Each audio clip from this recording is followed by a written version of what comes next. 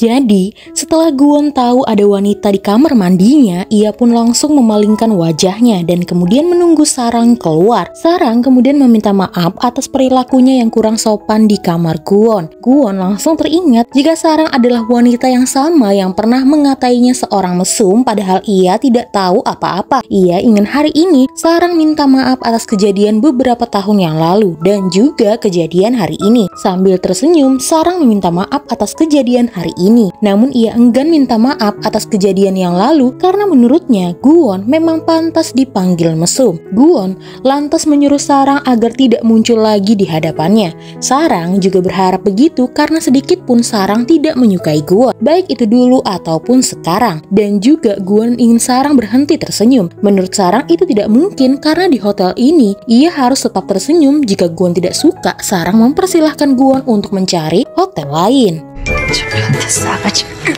Sementara itu, Gwon mempersiapkan diri untuk ikut dalam penyambutan. Pada saat itu, Kim So-mi yang dulu pernah mengira Sang-sik adalah Gwon, kemudian antusias mendekati Sang-sik. Hal ini kemudian membuat Sang-sik mengajak So-mi untuk makan malam bersamanya. Tentu saja, So-mi langsung bersedia. Pada saat itu, So-mi membawakan acara penyambutan manajer umum yang baru. Nah, dari sana ia akhirnya tahu bahwa Sang-sik bukanlah Gwon. Sementara Sarang yang memberikan bunga sebagai ucapan selamat juga tidak menyangka pria mesum tersebut adalah bosnya. 진심으로 환영합니다. Dan sekarang Sarang harus bekerja sama dengan Gwon. Karena Sarang adalah staf terbaik di hotel, maka Sarang ditugaskan untuk membantu kegiatan syuting video promosi di hotel tersebut bersama dengan Gwon. Pada kesempatan itu, Gwon bertanya mengapa Sarang mengatainya seorang pria mesum. Sarang lalu mengingatkan tentang surat yang berisikan pelecehan yang ia terima saat di gym hotel. Gwon bingung, ia tidak pernah memberikan Sarang apapun. Sarang berkata seorang pria memakai kaos harimau yang memberikannya. Jadi, ternyata hanya karena Gwon memakai baju yang sama dengan pria yang Sarang maksud, lantas Sarang malah mengatainya tanpa tahu siapa sebenarnya Gwon. 그때 그분 아니세요? 물어보고 내가 왜? Karena Sarang telah salah orang, maka Sarang lantas meminta maaf kepada Gwon. Sarang berusaha untuk selalu tersenyum dan meminta maaf kepada Gwon. Gwon benci dengan senyuman Sarang. Menurutnya, senyuman Sarang itu palsu. Gwon menyuruh Sarang untuk berhenti tersenyum. Jika tidak, Sarang akan ia pecat. Sebenarnya, Sarang berterima kasih kepada Gwon karena akhirnya ia bisa tidak tersenyum paksa lagi. 드리겠습니다. Sementara itu, di dalam pesawat, Pyong-ha yang bekerja menjadi pramugari mendapatkan perlakuan kurang menyenangkan dari salah satu penumpang. Tapi, dengan terpaksa, Pyong-ha harus tetap tersenyum. Belum lagi, ia harus mengurus salah satu keteledoran pramugari baru, tapi tetap dengan profesional, Pyong-ha melakukan tugasnya dengan baik. Dan, untungnya, salah satu rekan kerjanya selalu membantunya. 다치십니다. 그렇게 되면 다치십니다. Sehingga karena hal tersebut, Pyong-ha berniat membelikan rekannya itu sebuah hadiah. Kemudian, ada Sang-sik yang berencana untuk mengobrol dengan So-mi lagi. Namun, karena Sang-sik bukanlah Gwon, So-mi langsung cuek dan berubah 180 derajat saat ia melihat Sang-sik. Sang-sik kemudian sadar So-mi adalah cewek matre dan cewek matre tidak pantas bersanding dengannya. Lalu kemudian, Sang-sik menawarkan Sarang untuk makan malam bersama dengan Gwon sebagai perwakilan dari pegawai untuk acara penyambutan. So-mi langsung kesal karena bukan dia yang dipilih oleh Sang-sik. 다녀오겠습니다. Sarang kemudian pergi ke penjamuan tersebut. Penjamuan itu diadakan oleh ayah Gwon dengan meriah sebagai bentuk sukacitanya di mana Gwon mau kembali dan bekerja di Korea. Di sana, Sarang juga memberikan sedikit sambutan sebagai perwakilan. Melihat Sarang yang begitu ceria, ayah Gwon lantas memberikan Sarang hadiah berupa ikan tuna yang harganya sangat fantastis. 바쁘신 와중에 Sarang pun pulang setelah melihat jika tidak ada gunanya ia berlama-lama di tempat itu. Ia pun memutuskan untuk membawakan neneknya tuna tersebut, tapi neneknya menolak. Kemudian ia mengajak kekasihnya untuk makan bersama. Malah pacarnya diam-diam pergi ke Jeju bersama teman-temannya tanpa memberitahukan Sarang. Sarang sebenarnya bingung harus diapakan kepala tuna sebesar itu. Untung ada Dael yang kemudian mengolah tuna yang mahal itu menjadi kudapan yang enak. Setelah Setelah acara penjamuan selesai, ayah Guwon mengajak putranya untuk menginap di rumah. Guwon sebenarnya mau saja, namun ia diancam oleh Hwaran jika Guwon jangan coba-coba masuk ke dalam tempat yang akan membuat Guwon dalam bahaya. 괜히 험한 곳에 발 들여놓지 말고.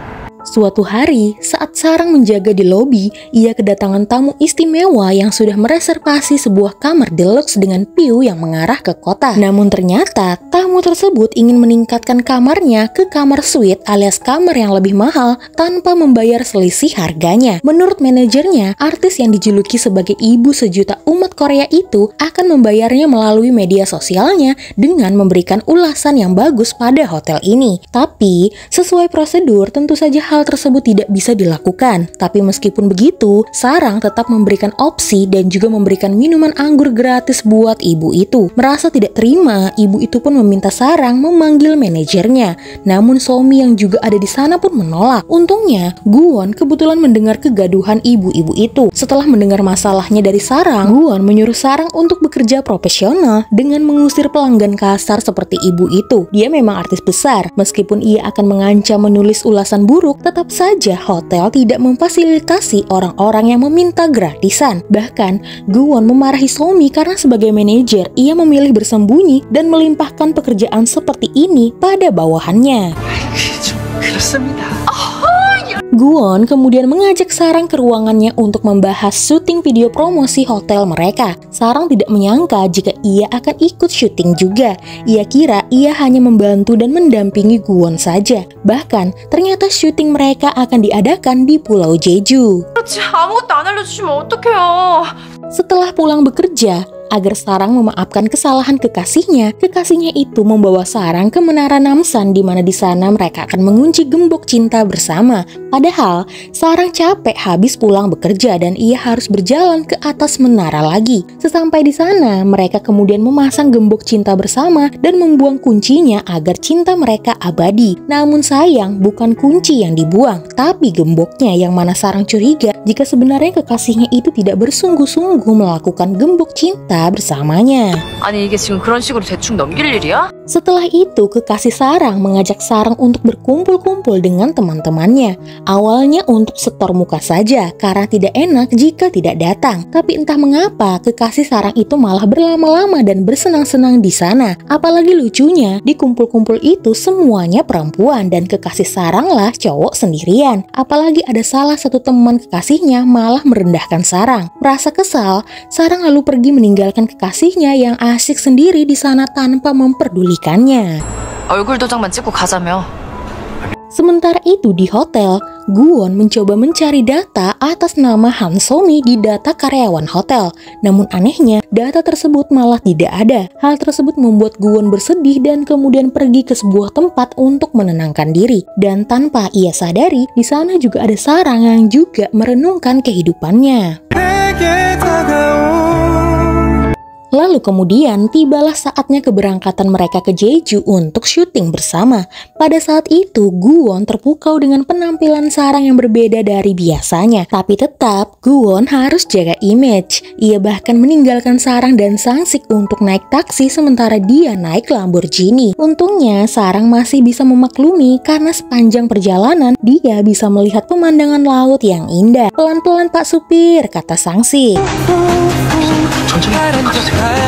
Setelah masuk ke dalam hotel, mereka pun langsung mempersiapkan syuting. Tiba-tiba, Sarang sebagai orang yang ditunjuk untuk mewawancarai disuruh merubah susunan pertanyaan. Pertanyaan itu datang dari direktur utama yang mana adalah Hwaran. Hwaran sepertinya merencanakan sesuatu lewat pertanyaan itu. Saat mempelajari pertanyaan itu, Guwon datang ke lokasi dengan pakaian yang sangat rapi. Sarang sangat terkesan dengan penampilan Guwon yang rapi dan juga berbeda dan tentunya sangat tampan.